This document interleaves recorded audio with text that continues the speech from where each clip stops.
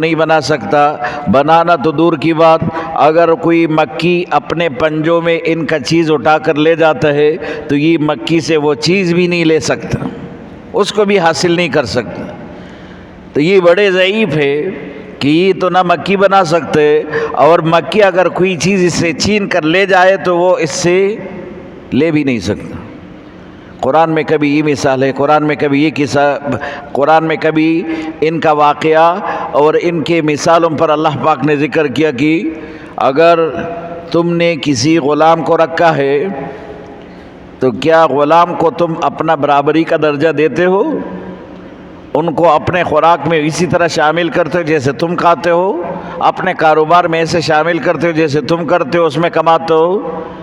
نہیں کرتے، تو پھر اپنے رب کے ساتھ کسی غیر کو کیسے شریک کر سکتے؟ اپنے غلام تو اپنے برابر نہیں کر سکتے، اور دنیا کے ان بندوں کو جو اللہ، ان مخلوق کو جو اللہ نے بنایا ان کو خدا کے برابر کر سکتے ہو؟ اور کہا کہ ایک آدمی اندھا ہو، یہ بھی قرآن میں مثال ہے، اور وہ اس کو کچھ نظر نہیں آتا،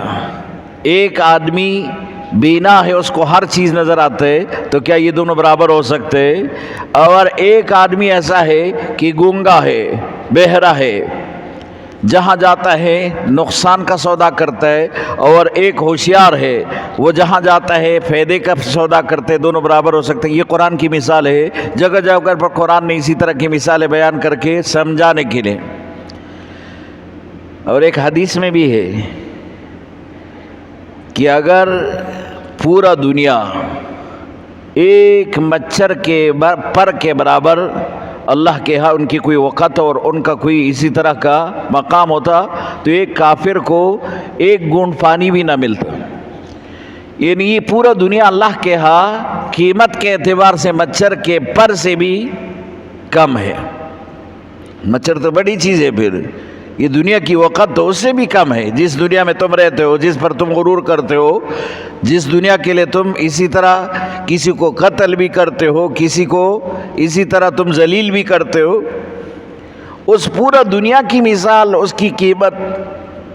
مچھر کے پر کے برابر نہیں۔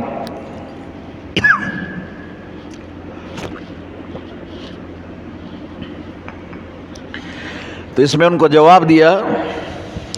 ان اللہ لا یستحیی، اللہ نہیں شرماتا ایسے مثالوں سے، یضرب کی بیان کرے مثلا ما بعودا، مچھر کی مثال، فما فوقہا، یا اس سے بھی کوئی ہلکی چیز ہو، اس سے بھی اوپر کے جانور ہو، اس کے اوپر کی جاندار ہو، فاما الذین آمنوا فیعلمون انہ الحق، مومن تو جانتا ہے کہ اللہ بھی حق ہے، اللہ کی طرف سے اللہ کا نازل کیا ہوا کتاب بھی حق ہے، اور اللہ کی طرف سے اللہ کا بھیجا ہوا پیغمبر بھی حق ہے، اور اللہ کی ہر بات سچی ہے، تو مومن کے ایمان میں اضافہ ہوتا ہے۔ مومن دیکھتا ہے، وہ کہتے ہیں یہ حق ہے میرے ربہم، رب کی طرف سے، تو اس کے ایمان میں اضافہ ہوتا ہے۔ وَأَمَّا الَّذِينَ كَفَرُوا فَيَقُولُونَ مَاذَا أَرَادَ اللَّهُ بِهَذَا مَثَلًا، جو کافر ہوتے وہ یہ کہتے کہ اس مثال سے اللہ کیا چاہتا ہے، کیا ارادہ ہے اللہ کا بہذا مسئلہ، اس مثال پر اللہ کیا چاہتا ہے جو ایسے مثال لیتے، اور وہ یہ سوال کرتے کہ اگر خدائے عظیم اللہ رب العزت کائنات کے مالک اور پورا نظام کے چلانے والا رب اتنا عظیم ہے تو پھر اتنے حقیر چیز کی مثال کیوں دیتے؟ اس پر اعتراضات کر کے وہ گمراہ ہو جاتے۔ وَأَمَّا الَّذِينَ كَفَرُوا فَيَقُولُونَ مَاذَا أَرَادَ اللَّهُ، جو کافر ہے وہ کہتے ہیں کہ اللہ کیا چاہتا ہے بہذا مسئلہ، ان مثال سے، يُضِلُّ بِهِ كَثِيرًا، اسی طرح بہت سارے اس سے گمراہ ہو جاتے، وَيَهْدِي بِهِ كَثِيرًا، اور بہت سارے ہدایت بھی پاتے۔ یہ قرآن اللہ کی طرف سے انسان کے لیے ذریعہ ہدایت،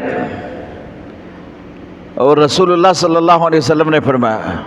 بہت سارے اقوام ایسے ہیں قرآن پر عمل کر کے ہدایت پا لیتے ہیں، اور بہت ایسے بھی ہے کہ اس قرآن کی تحقیر کر کے گمراہ ہو جاتے ہیں، اور اس قرآن کو اس کا انکار کر کے وہ کافر بن جاتے ہیں۔ تو بہت سارے ایسے ہدایت پاتے ہیں، بہت سارے